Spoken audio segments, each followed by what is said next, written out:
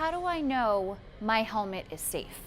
So all helmets actually have a sticker on the back of them, and that sticker will identify the safety of that particular helmet, a DOT and a Snell helmet.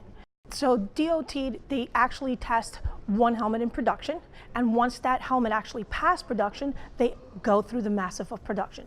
Snell is actually one of the safest helmets in the market. Snell is a non-profit organization and is tested a lot stronger. So basically out there are helmets that are not safety issued helmets, like Novelty. They're more for style than anything. They have no padding. It's really, really thin, as you can see in this helmet. There's no protection.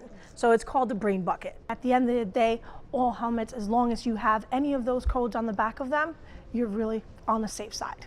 Jessica, thank you so much. Oh, you're welcome.